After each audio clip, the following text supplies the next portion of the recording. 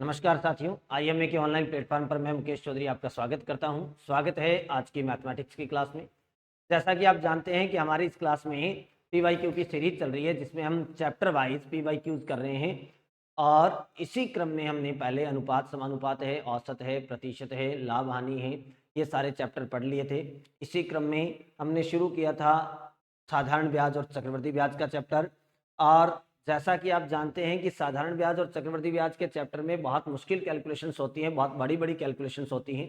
अक्सर विद्यार्थियों को ये कैलकुलेशंस मुश्किल लगती है, लेकिन मैं बहुत ही सामान्य तरीके से आपको सारा का सारा चैप्टर करवा रहा हूँ। अब तक मैंने जितने भी चैप्टर करवाए हैं वो बिल्कुल जनरल मेथड से करवाए हैं, बिल्कुल साधारण तरीके से करवाए हैं और छोटी छोटी अप्रोच से करवाए हैं। डायरेक्ट अप्रोच आपको बताइए हर एक क्वेश्चन में, हर एक टाइप में। तो इसी क्रम को आगे बढ़ाते हुए शुरू करते हैं आज का सेशन, आज की क्लास। उम्मीद करता हूं आप सभी एकदम स्वस्थ होंगे, एकदम मस्त होंगे। तो फटाफट सभी जुड़ जाइए और एक बार क्लास को लाइक कर दीजिए, अपने दोस्तों के साथ शेयर कर दीजिए। जो अभी नए विद्यार्थी हैं वो चैनल को सब्सक्राइब कर दो, ताकि आने वाले वीडियोस के नोटिफिकेशन आपको मिलते रहें। और अगर आपका साथ यूं ही बना रहा तो मैं बहुत जल्द पूरे सिलेबस की एक सीरीज लेके आऊंगा आपके सामने। मैथमेटिक्स का कंप्लीट सिलेबस करवाऊंगा, तीनों पार्ट का, अर्थमेटिक, एडवांस और एलजेब्रा का। बहुत सारे विद्यार्थियों के कमेंट भी आए कि सर एडवांस मैथमेटिक्स करवाइए, जिसमें मेंसुरेशन का चैप्टर करवाओ। तो बिल्कुल मैं बहुत जल्द आपके सामने मेंसुरेशन का चैप्टर लेके आने वाला हूँ, पूरा कंप्लीट चैप्टर, पूरी कैलकुलेशन। तो इसी के साथ शुरू करते हैं आज के सेशन को, आज की क्लास को।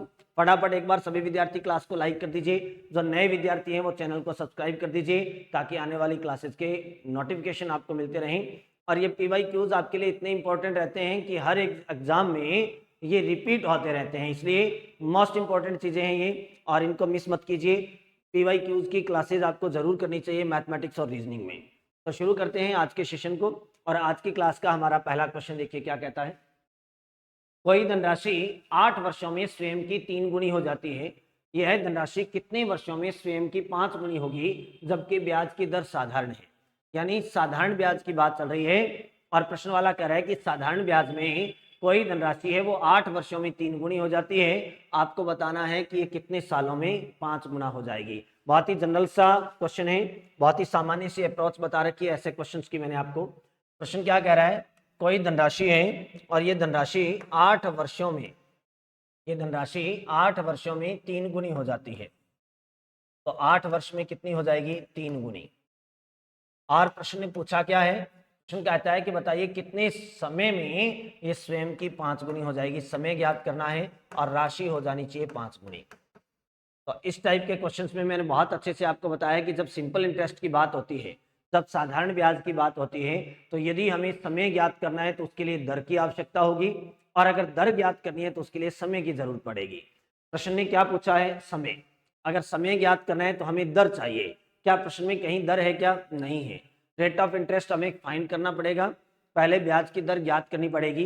तो यहाँ क्या करेंगे, ऊपर वाली लाइन से हम दर ज्ञात कर लेंगे, और ब्याज की दर ज्ञात करने का फॉर्मूला ब्याज गुणा सूद। लेकिन यहाँ ब्याज नहीं है, तो इस केस में मैंने आपको ये बता रखा है, जब भी राशि गुणा में होती है तो ब्याज हमेशा एक कम होता है, ये याद रखना। राशि कितने गुणा है, 3, तो ब्याज कितना होगा, 2। तो ब्याज गुणा 100 बटा समय, समय कितना है 8। सॉल्व कर दो, 2 1 कम 2, 4 दूनी 8, 100 में 4 का भाग दोगे तो रेट ऑफ इंटरेस्ट यानी ब्याज की दर कितनी आ गई, 25%।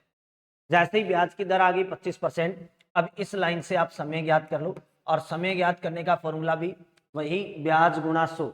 राशि है 5 गुनी, तो ब्याज एक कम हो जाएगा, तो 4 गुणा 100 यानी ब्याज गुणा 100, 4 गुणा 100 बटा, तो हमें समय ज्ञात करना है तो दर रखनी पड़ेगी, और दर हमने ज्ञात कर रखी है कितनी, 25। 100 में 25 का भाग दीजिए 4, 4 का 4 से गुणा करोगे तो 16 वर्ष। आंसर कितना आ जाएगा, 16 वर्ष। ऑप्शन नंबर 4 जो है वो बिल्कुल सही उत्तर है आपका। आंसर आ जाएगा 16 वर्ष। उम्मीद करता हूं अच्छे से सबको समझ में आई होगी बात, कर लोगे इस टाइप के क्वेश्चंस को। आंसर कितना आएगा, 16 वर्ष। बहुत अच्छे से सबको समझ में आ रहा है। फटाफट एक बार सभी विद्यार्थी क्लास को लाइक कर दीजिए। जो नए विद्यार्थी हैं वो चैनल को सब्सक्राइब कर दो। सभी को नमस्कार, राम राम। तो फटाफट अपने दोस्तों के साथ भी शेयर कर दीजिए। बिल्कुल सामान्य से अप्रोच हर एक क्वेश्चन में, बिल्कुल जनरल से अप्रोच, और सारे के सारे प्रश्न ऐसे हैं वो किसी न किसी एग्जाम में पूछे गए हैं। अपनी तरफ से कोई क्वेश्चन नहीं बनाया हुआ, सारे के सारे क्वेश्चन किसी न किसी कंपटीशन एग्जाम में पूछे गए हैं। अगला प्रश्न देखिए, यदि किसी धन का साधारण ब्याज उस धन का 4/25 भाग हो तथा वर्षों की संख्या वार्षिक ब्याज की दर की संख्या के बराबर हो तो ब्याज की दर कितनी होगी। प्रश्न वाला क्या कह रहे हैं, प्रश्न वाला कह रहे हैं कि समय और दर जो है वो दोनों समान है। प्रश्न ने कहा है वर्षों की संख्या और ब्याज की दर की संख्या दोनों समान है, तो इसका मतलब ये हुआ प्रश्न वाला आपको ये कहना चाह रहा है कि समय और दर दोनों क्या है, समान है। और हम जानते हैं कि जब दर व समय दोनों समान होती हैं तो उस कंडीशन में चाहे आपको दर पूछ ले और चाहे समय पूछ ले, दर और समय अगर समान है तो दोनों में से कुछ भी पूछ ले। एक डायरेक्ट अप्रोच मैंने आपको बता रखी है और वो डायरेक्ट अप्रोच क्या है, अंडर रूट ब्याज गुणा 100। हम क्या करेंगे, अंडर रूट ब्याज गुणा 100 इस डायरेक्ट फॉर्मूले का यूज करेंगे। ऐसा जब भी प्रश्न आता है जिसमें दर व समय दोनों समान हैं तो वहां ब्याज की दर ज्ञात करनी हो या समय ज्ञात करना हो, अंडर रूट ब्याज गुणा 100 इस फॉर्मूले का यूज करेंगे। ब्याज कितना, तो ब्याज है 4/25, तो अंडर रूट 4/25 इस पूरे पे अंडर रूट लगेगा, तो 4/25 और गुणा 100 इस पे क्या कर देंगे, अंडर रूट लगा देंगे। सबका अंडर रूट निकाल दो। 4 का अंडर रूट कितना होता है 2, 25 का अंडर रूट कितना होता है 5 और 100 का अंडर रूट कितना होता है 10। सॉल्व कर दो। 5 एकम 5, 5 दूनी 10, 2 का 2 से गुणा करोगे तो आंसर आ जाएगा 4%। अगर दर पूछे तो 4% और समय पूछे तो 4 वर्ष। दोनों ही समान है, दर और समय समान है तो दर भी यही है और समय भी यही है। अगर दर पूछे तो प्रतिशत में बता देना, समय पूछे तो वर्षों में बता देना। आंसर एक ही जितना आएगा, तो आंसर ऑप्शन नंबर 3 जो है वो बिल्कुल सही है। ऑप्शन 3 आंसर क्या आएगा, 4%। उम्मीद करता हूं सबको अच्छे से समझ में आ रही होगी बात। नेक्स्ट अगला क्वेश्चन देखिए। अगला क्वेश्चन क्या कहता है, कितने समय में 5,000 रुपए का 10% प्रति वर्ष साधारण ब्याज की दर से ब्याज 1,000 रुपए हो जाएगा। 5,000 रुपए की धनराशि है, 10% की दर है और हमें क्या ज्ञात करना है, ब्याज 1,000 रुपए हो जाएगा। हमें ज्ञात करना है समय, और समय ज्ञात करने का साधारण ब्याज में बिल्कुल सामान्य सा मेथड है, बिल्कुल सामान्य सा तरीका है। समय ज्ञात करने के लिए सीधा सीधा फॉर्मूला होता है क्या, समय बराबर ब्याज गुणा 100। समय क्या होता है, ब्याज गुणा 100 बटा मूलधन गुणा दर। सॉल्व कर दो। ब्याज कितना बताया है प्रश्न ने, ब्याज बताया है 1,000, तो ब्याज गुणा 100 बटा मूलधन कितना बताया है 5,000, मूलधन है 5,000 और गुणा दर कितनी बताई है 10। सॉल्व कर दीजिए, 3 जीरो से 3 जीरो काट दो, 0 से 0 काट दो, 10 में 5 का भाग दे दो, आंसर आ जाएगा 2 वर्ष। समय कितना आ जाएगा 2 वर्ष। ऑप्शन नंबर 3 जो है वो बिल्कुल सही होता है। ऑप्शन नंबर 3 2 वर्ष। समय कितना आएगा 2 वर्ष। उम्मीद करता हूं सबको बहुत अच्छे से समझ में आ रही होगी बात, कर लोगे। नेक्स्ट अगला क्वेश्चन, फटाफट साथ के साथ क्वेश्चंस को किया करें, साथ के साथ खुद की प्रैक्टिस भी करें। आप साथ के साथ प्रश्नों को सॉल्व किया करो खुद, है ना। अपनी स्पीड भी बढ़ाओ और साथ के साथ सॉल्व करके चेक किया करो कि आपने जो कैलकुलेशन की है वो सही है या नहीं है, आपने कितना कुछ सीखा है। नेक्स्ट अगला क्वेश्चन देखिए। क्वेश्चन कहता है कि रामलाल ने 3200 रुपए 6.5% वार्षिक दर साधारण ब्याज की दर से उधार दिया। 5 वर्ष पश्चात रामलाल को ब्याज सहित कितने रुपए प्राप्त होंगे।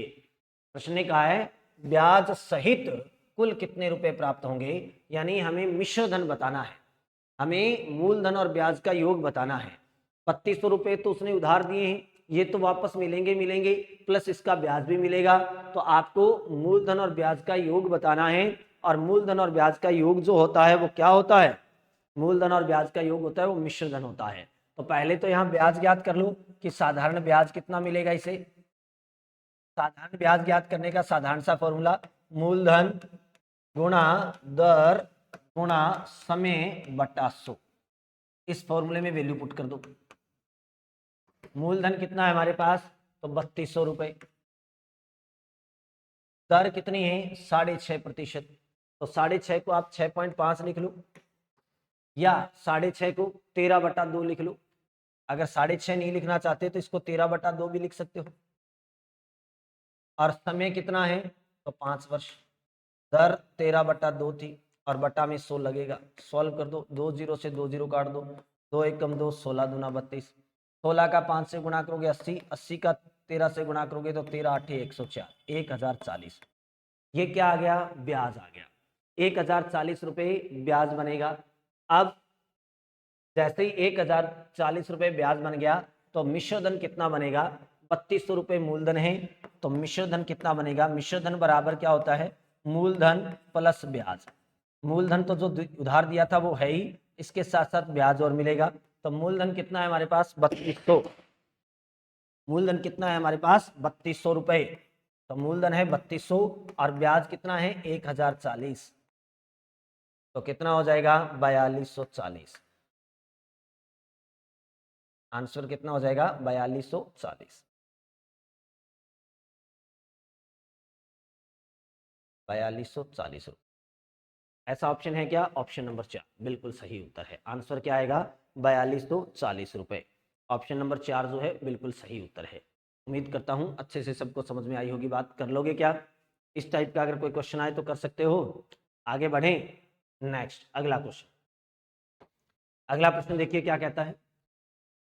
अगला प्रश्न, कोई धन साधारण ब्याज पर 10% वार्षिक दर से कितने समय में अपने से दोगुना हो जाएगा। कह रहा है कोई धनराशि है साधारण ब्याज पर 10% वार्षिक दर से कितने समय में अपने से दोगुना हो जाएगा।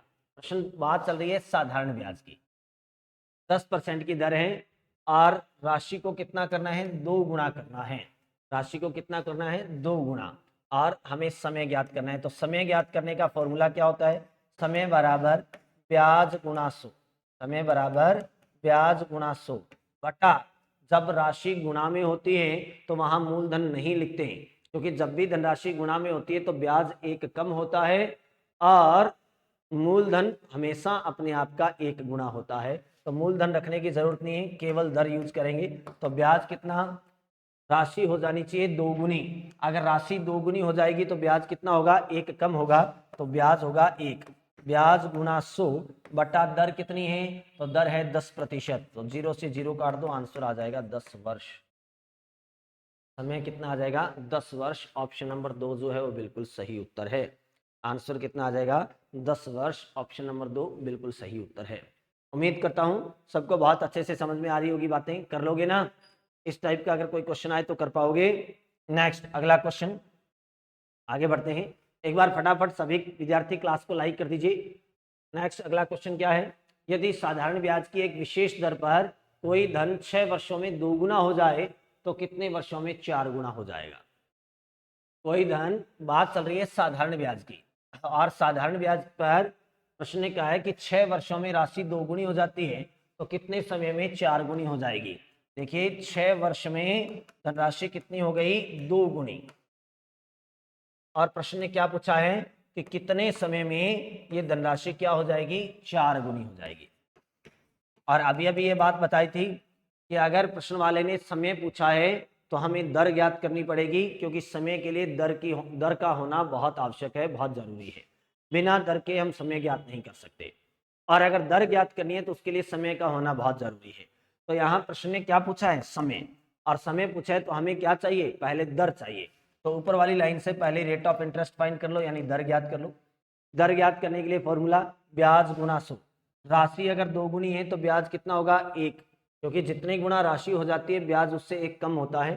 तो राशि 2 गुनी है तो ब्याज हो जाएगा 1। ब्याज गुना 100 बटा समय कितना है 6। सॉल्व कर लो, 2 से काट दो, 50 बटा 3%। ये क्या आ गई, ब्याज की दर। अब दूसरी लाइन से समय ज्ञात कर लो। प्रश्न ने समय पूछा है और समय ज्ञात करने का भी वही फॉर्मूला, ब्याज गुना 100। अगर राशि 4 गुनी है तो ब्याज कितना होगा, 3, क्योंकि धनराशि जितने गुना हो जाए ब्याज उससे 1 गुना कम रहता है। तो राशि 4 गुनी है तो ब्याज 3। ब्याज गुना 100 बटा दर, दर कितनी है 50, बटा वाला 3 कहाँ चला जाएगा, ऊपर। सॉल्व कर लो, 50 दूनी 100, सबका गुणा कर दो, 3 का 2 से गुणा करोगे 6, 6 का 3 से गुणा करोगे 18। तो आंसर आ जाएगा 18 वर्ष। तो राशि कितने समय में 4 गुनी हो जाएगी, 18 वर्षों में हो जाएगी। कितने समय में 4 गुनी हो जाएगी, 18 वर्षों में 4 गुनी हो जाएगी। उम्मीद करता हूं अच्छे से सबको समझ में आई होगी बात। कर लोगे इस टाइप के क्वेश्चंस को। चलो बहुत बढ़िया, आगे बढ़ते हैं। अगला क्वेश्चन देखिए। अगला प्रश्न, एक राशि साधारण ब्याज पर 10 वर्ष में 2 गुनी हो जाती है। एक धनराशि है साधारण ब्याज पर 10 सालों में क्या हो जाती है, 2 गुनी हो जाती है, तो यह कितने समय में 3 गुनी हो जाएगी। सेम ही क्वेश्चन है, बात चल रही है साधारण ब्याज की, और अगर साधारण ब्याज की बात आए तो प्रश्न ने कहा है 10 वर्ष में ये कितनी हो जाएगी, तो प्रश्न कह रहा है 10 वर्ष में राशि 2 गुनी हो जाएगी। और प्रश्न ने क्या पूछा है, फटाफट पहले क्लास को रोक के ये क्वेश्चन खुद करके देखिए। अभी अभी ऐसा क्वेश्चन करवाया है, तो आप खुद अपने हाथों से कैलकुलेशन करके देखिए कि आपने सीखा या नहीं सीखा, आप इस क्वेश्चन को कर पाओगे कि नहीं कर पाओगे। नेक्स्ट क्वेश्चन ने पूछा है कि कितने समय में ये धनराशि 3 गुनी हो जाएगी, कितने समय में ये धनराशि 3 गुनी हो जाएगी। फटाफट इस क्वेश्चन को कैलकुलेट करो और कमेंट में आंसर करके बताओ। चेक करते हैं कितने विद्यार्थियों का ये उत्तर सही आता है, कितने विद्यार्थी इस क्वेश्चन को कर पाते हैं, कितने विद्यार्थियों का कमेंट आता है, कितने विद्यार्थी वास्तव में स्टडी के प्रति डेडिकेट हैं, कितने विद्यार्थी ऐसे हैं जो वास्तव में कुछ ना कुछ सीख रहे हैं, जिन्होंने सीखा है, जो ऐसे क्वेश्चन को सॉल्व कर सकते हैं। तो अब देखना चाहूंगा कि कितने विद्यार्थियों का कमेंट आ रहा है। जितने विद्यार्थी कमेंट करेंगे मैं कल की क्लास में सबका नाम लूंगा, सबको बताऊंगा कि हाँ इन विद्यार्थियों ने ये प्रश्न किया था और उत्तर बिल्कुल सही था। तो राशि अगर 2 गुना है तो सबसे पहले हमें चाहिए समय, तो समय ज्ञात करने के पहले हमें दर ज्ञात करनी पड़ेगी। तो राशि 2 गुना है तो ब्याज 1 गुना 100, क्योंकि राशि जितनी गुना हो जाती है ब्याज उससे 1 कम रहता है, बटा समय, समय कितना है 10, 0 से 0 काट दो, आंसर आ गई 10%। जैसे ही दर आ गई तो अब हम समय ज्ञात कर सकते हैं। प्रश्न ने पूछा है समय, तो दूसरी लाइन से समय ज्ञात कर दो, और समय बराबर ब्याज गुना 100, राशि 3 गुना है तो ब्याज 2 गुना 100 बटा दर कितनी है 10, 0 से 0 काट दो, आंसर आ जाएगा 20 वर्ष। आंसर कितना आ जाएगा 20 वर्ष। ऑप्शन नंबर 3 जो है बिल्कुल सही उत्तर है। आंसर कितना आ जाएगा 20 वर्ष। ऑप्शन नंबर 3 जो है बिल्कुल सही उत्तर है। सभी विद्यार्थी जो सेम क्वेश्चन आ जाए एक बार क्लास को रोक के उस क्वेश्चन को खुद करके देखा करें, क्योंकि जब तक आप खुद नहीं करोगे तब तक कुछ नहीं सीखोगे। मैं जब यहाँ बोर्ड पे क्वेश्चन करवाता हूँ तो आपको ये लगता है कि बहुत ईजी क्वेश्चन है, बहुत ही सामान्य क्वेश्चन है, हमें आएगा, हम कर लेंगे, हम कर सकते हैं, हमें आता है।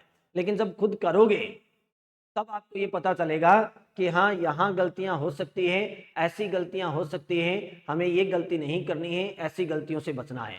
गलतियां तब पता चलेगी जब आप खुद इनसे उलझोगे, इनसे जूझोगे, आप इनको सॉल्व करोगे, तब आपको पता चलेगा कि हाँ हमें ऐसा करना है। तो खुद कैलकुलेशन करके सॉल्व किया करें और कमेंट में आंसर भी दिया करें, कमेंट में आंसर दिया करें। मैं सबके कमेंट चेक करता हूँ, अगली क्लास में सबके मैं नाम भी बोलूंगा जिस जिसने कमेंट किया है, जिस जिसका उत्तर सही होगा। ठीक है। दूसरी सबसे बड़ी बात हमेशा याद रखना, जब तक उलझोगे नहीं तब तक सुलझोगे नहीं, है ना। सुलझने के लिए उलझना जरूरी है। अगर इन प्रश्नों से आप उलझोगे तो ही आप सुलझोगे, तभी आपको पता चलेगा कि ऐसी गलतियां हो सकती है, हमें ऐसी गलतियों से बचना है, ऐसी गलतियां नहीं करनी है। वो कहते हैं ना कि निखरने के लिए बिखरना जरूरी है, जब तक बिखरोगे नहीं तब तक निखरोगे नहीं। जरूरी है पहले बिखरना, ताकि आपको पता चले कि हाँ हमें निखरना है। और उसके लिए अगर आप बिखरोगे तो बहुत सारी चीज़ें आपको पता चलेगी, बहुत सारी कमियां आपको पता चलेगी, और उन कमियों को दरकिनार करोगे, दूर करोगे, तो ही आप निखर पाओगे। इसलिए उलझना जरूरी होता है। आप प्रश्न को खुद सॉल्व किया करें। नेक्स्ट अगला क्वेश्चन, अगला प्रश्न देखिए क्या कहता है। कोई धन साधारण ब्याज के एक विशेष दर पर 3 माह में अपने का 41/40 हो जाता है। अपने का यानी स्वयं का मूलधन का 41/40 हो जाता है। 41/40 होने का मतलब क्या है, 41/40 होने का मतलब है 41/40 गुना हो जाता है। यहाँ सीधा प्रश्न लिखा है 41/40 हो जाता है, तो इसका मतलब क्या है 41/40 गुना हो जाता है। तो ब्याज की दर क्या है, हमें क्या ज्ञात करनी है, दर। और दर जब ज्ञात करते हैं तो दर ज्ञात करने का फॉर्मूला ब्याज गुना 100 बटा मूलधन रखने की जरूरत नहीं है, क्योंकि जब बात गुणा की आती है तो वहां मूलधन अपने आप का कितने गुना होता है, 1 गुना, तो मूलधन रखने की जरूरत नहीं है। सीधा हम क्या रखेंगे, समय, ब्याज गुना 100 बटा समय। अब हम जानते हैं कि जब राशि कितनी भी गुना हो जाए ब्याज उससे 1 गुना कम रहता है।